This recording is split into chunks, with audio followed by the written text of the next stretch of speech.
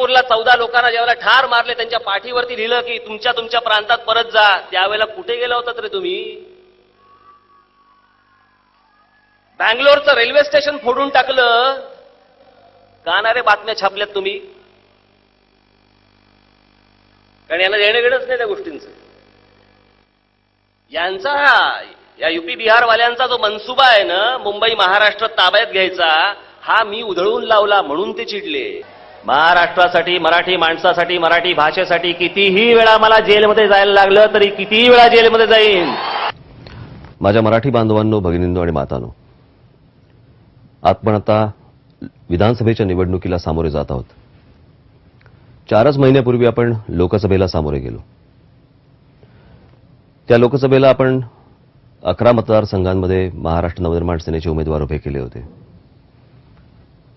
मला अनेकांनी त्यावेळेला सांगितलं की आपण अजून काही उमेदवार उभे करू, परंतु पक्ष स्थापन होऊन 3-3.25 वर्ष झाली असताना शेवटी किती मतदारसंघांमधनं उमेदवार उभे करायचे, हा त्यावेळेचा एक महत्त्वाचा प्रश्न मला होता. मला त्यावेळेला जाणवतही होतं की बाकीच्या ठिकाणी उमेदवार उभे करायला पाहिजे, जर समजा केले नाही तर आपण कदाचित नाराज व्हाल.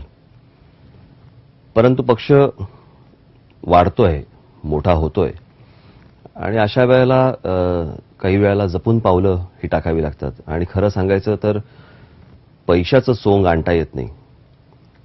आणि अशा वेळेला बाकीच्या इतर राजकीय पक्षांकडे जे काही सगळं भरभरून इतकी वर्ष सत्ता आहे, तसं काही माझ्याकडे किंवा माझ्या सगळ्या शिलेदारांकडे अशी कुठचीही गोष्ट नाही. आणि त्यामुळे मी त्यावेळेला ठरवलं की 11 मतदारसंघांमध्ये निवडणूक लढवायची. मला कल्पना आहे की त्यावेळेला आपण माझ्यावरती कदाचित नाराज झालाही असाल, पण ती कसर भरून काढण्यासाठी म्हणून यावेळेला विधानसभेला मी जवळपास 145 उमेदवार आज रिंगणामध्ये उतरवलेले आहेत. पैशाची वानवा आजही आहे, परंतु उत्साह इतका आहे की मला ते थांबवता नाही आलं. तरीही अनेक मतदारसंघांमध्ये मला उमेदवार टाकता नाही आले. इच्छा अनेकांची असून देखील, परंतु कुठेतरी थांबावं लागतंच. परंतु एका उमेदीने यावेळेला या निवडणुकीच्या रिंगणामध्ये आम्ही उतरलेलो आहोत. वेळ खूप कमी आहे. अर्थात माझ्या हातात ती काही गोष्ट नाही, कारण मी आज 28 तारखेपासून प्रचाराला सुरुवात करतोय दसऱ्याच्या मुहूर्तावरती, आणि 10 तारखेला प्रचार संपतोय. त्याच्यामुळे माझ्या हातात साधारणपणे 13-14 दिवसच राहतात. या 13-14 दिवसामध्ये किती शेवटी सभा घेणार, किती ठिकाणी मी पोहोचणार, किती ठिकाणी जाणार, याला पण काही मर्यादा असतात. जे लोकसभेला मला जो प्रश्न निर्माण झाला तोच यावेळेला विधानसभेला देखील आहे. आणि तो असताना मी आपल्या मतदारसंघामध्ये येऊ शकलो नाही, येऊ शकणार नाही. आलो तर येईन देखील, मला जसा जसा वेळ मिळेल तसा मी येईन देखील. परंतु जर समजा येऊ शकलो नाही तर आपण कृपा करून मला माफ करावं, ही माझी विनंती.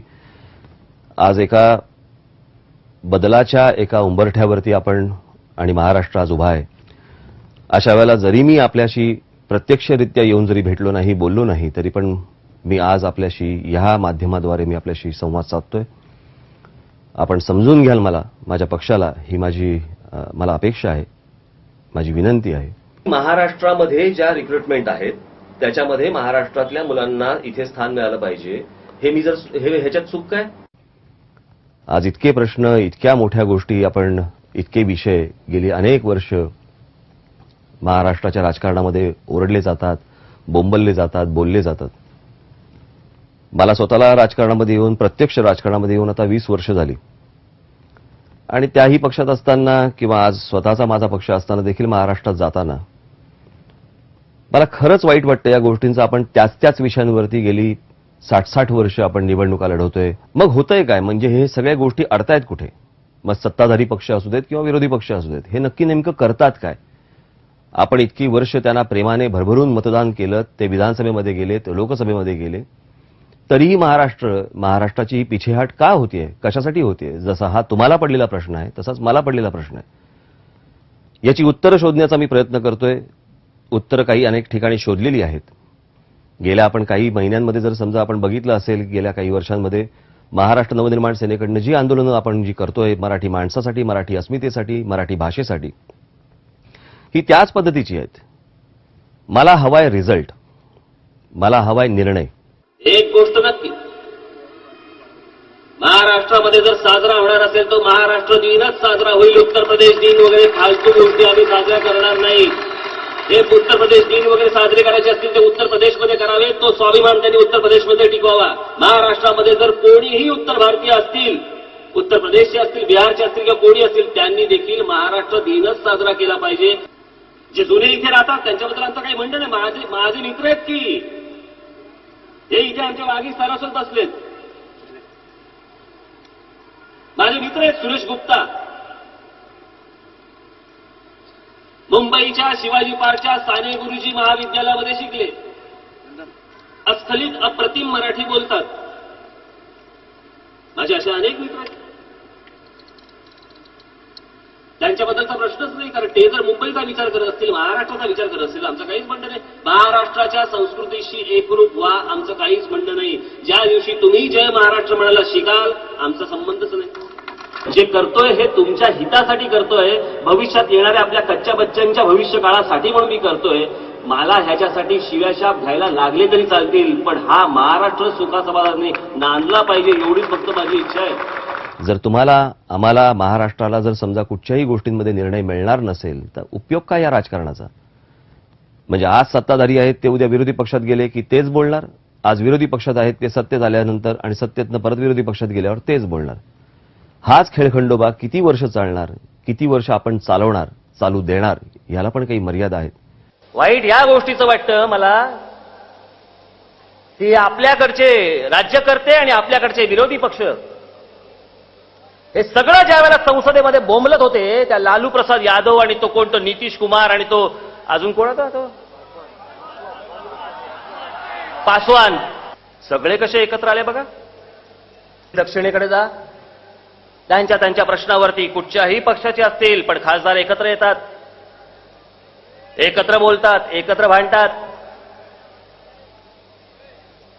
पक्षीय वैचारिक मतभेद बाजूला सोडतात. अशा वेळेला, ज्या वेळेला राज्याचं हित, राज्यातल्या लोकांचं हित, भाषेचं हित ज्या वेळेला तिकडे येतं, त्यावेळेला सगळेजण एकत्र येतात.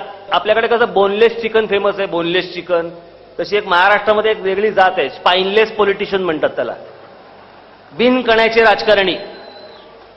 काही नाही ना, गाडा आतमध्ये घाला, बाहेर थांबतो, हो बाहेर थांबतो, किती वेळ थांबू, किती तुम्ही सांगाल तेवढा वेळ.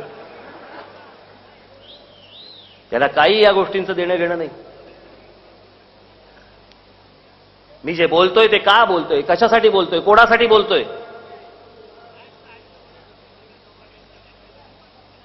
गेल्या काही महिन्यांमध्ये मी केलेली सगळं आंदोलनं, मराठी पाट्यांचं आंदोलन, महाराष्ट्रामध्ये विरोध होता त्याला. गावानं मी खरंच सांगतो, 84-85 सालची गोष्ट असेल, कदाचित 85च मला असं वाटतं. त्यावेळेला आपल्या महाराष्ट्र राज्याचे माजी मुख्यमंत्री, मी आता नाहीये, कैलासवासी वसंतदादा पाटील यांनी एक वाक्य उच्चारलं होतं त्यावेळेला की महाराष्ट्रात मुंबई आहे पण मुंबईत महाराष्ट्र दिसत नाही. या दुकानांवरच्या लागलेल्या पहिल्या ज्या मराठीतल्या पाट्या आहेत ना, इथून पहिल्यांदा मुंबईमध्ये महाराष्ट्र दिसायला लागला. अरे माझ्या बांधवांनो, लक्षात घ्या, इथे निर्माण होणारे जे काही कामं आहेत ना, इथे निर्माण होणारे जॉब आहेत, याच्यावर हक्क तुमचा आहे.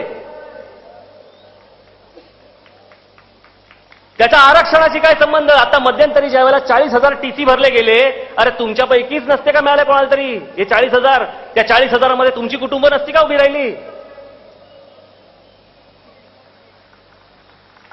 लोक बाहेरून येत आहेत आणि आरक्षण आम्ही मागतोय.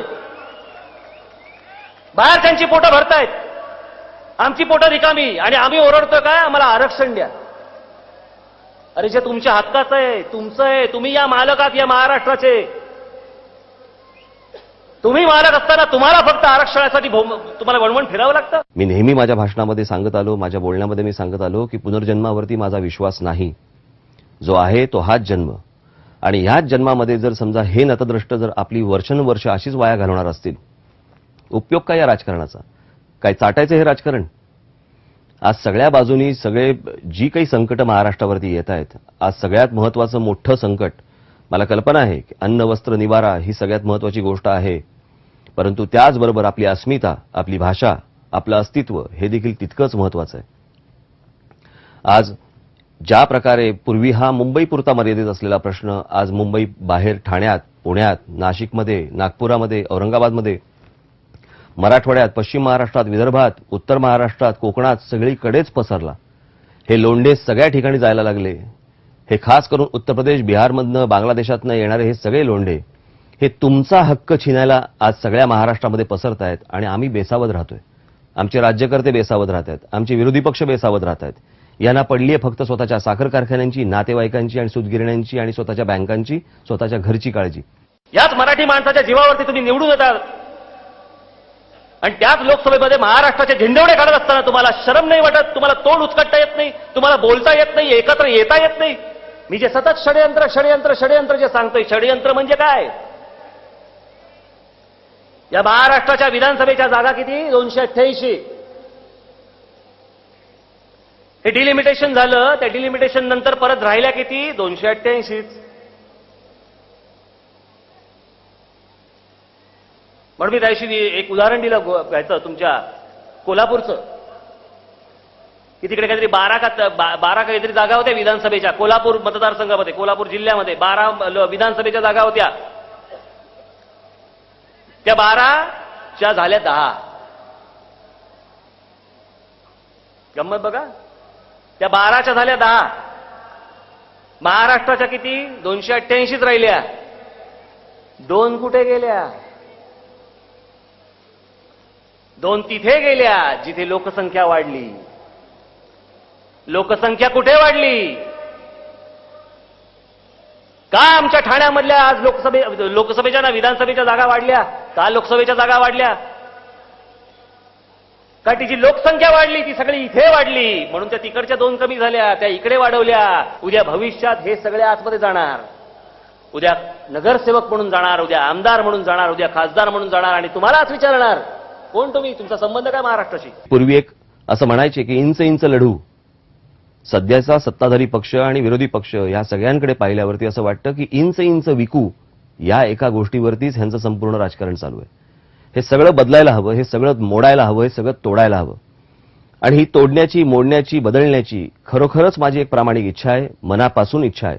आजपर्यंत तुम्ही जर माझी सगळी आपण आंदोलनं बघत असालच की सगळ्या गोष्टीला आपण एका निर्णयापर्यंत येणं आवश्यक आहे. मध्यंतरी राज्य सरकारने विजेच्या प्रश्नावरती म्हणजे अगदी जखमेवरती मीठ चोळल्यासारखंच केलं की मॉल्स असतील, नाहीतर तुमची थिएटर्स असतील, ह्यांचा वीज दर खाली आणायचा आणि सर्वसामान्य जनतेच्या वीज दरामध्ये वाढ करायची. हा कुठचा न्याय आहे मला अजूनपर्यंत कळले नाही.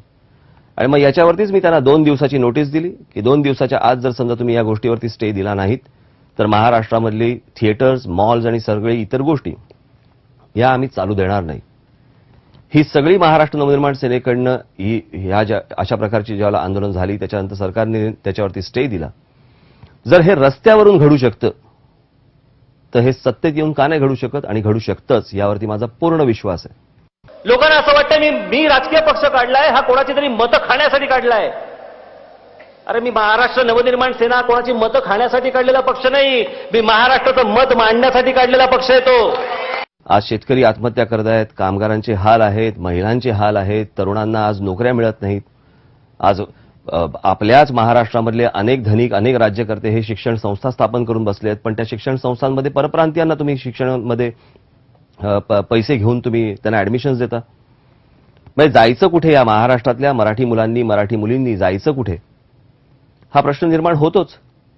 आणि ह्याच सगळ्या गोष्टींवरती तोडगा, या सगळ्या गोष्टींवरती एक अंकुश, या दृष्टिकोनातनं मी या संपूर्ण निवडणुकीमध्ये आज उतरलेलो आहे. अनेक वर्ष तुम्ही अनेकांवरती विश्वास टाकलात, अनेक राजकीय पक्षांवरती टाकलात, राजकीय नेत्यांवरती टाकलात. माझी आपल्याला फक्त एक नम्र हात जोडून विनंती आहे, एकदा या राज ठाकरेवरती विश्वास ठेवा. एकदा. मी लोकसभेच्या वेळेला देखील मला ज्या भागांमध्ये सगळीकडेच भरभरून मतदान आपण सर्व लोकांनी, मराठी माणसांनी केलं, तीच गोष्ट या विधानसभेच्या वेळेला कोणाच्याही कुठच्याही अपप्रचाराला बळी न पडता आपण महाराष्ट्र नवनिर्माण सेनेचे जे उमेदवार आहेत या उमेदवारांना आपण प्रचंड प्रचंड प्रचंड मतांनी आपण त्यांना विजयी करावं, जेणेकरून ह्या महाराष्ट्राची या सगळ्या नालायकांच्या हातातनं सुटका करण्यासाठी म्हणून माझा हा प्रयत्न आहे. या प्रयत्नांना आपणच आपला हातभार लावाल, आपण यश द्याल, अशी मी आपल्यासमोर हात जोडून विनंती करतो. माझ्या सर्व महाराष्ट्र नवनिर्माण सेनेच्या सर्व उमेदवारांना आपण प्रचंड मताने विजयी करावं एवढी एक विनंती करतो. महाराष्ट्र नवनिर्माण सेनेची निशाणी ही रेल्वे इंजिन आहे. रेल्वे इंजिन या निशाणीवरती आपण बटन दाबून महाराष्ट्र नवनिर्माण सेनेच्या आपण उमेदवारांना विजयी करावं आणि माझ्या स्वप्नातला महाराष्ट्र हा उभा करण्यासाठी आपण मला प्रोत्साहन द्यावं एवढी विनंती करतो आणि आपली सर्वांची मी रजा घेतो. जय हिंद, जय महाराष्ट्र. ज्या दिवशी हा महाराष्ट्र माझ्या हातामध्ये सत्ता देईल ना, अख्खा महाराष्ट्र सुतासारखा सरळ करून ठेवीन, अख्खा महाराष्ट्र.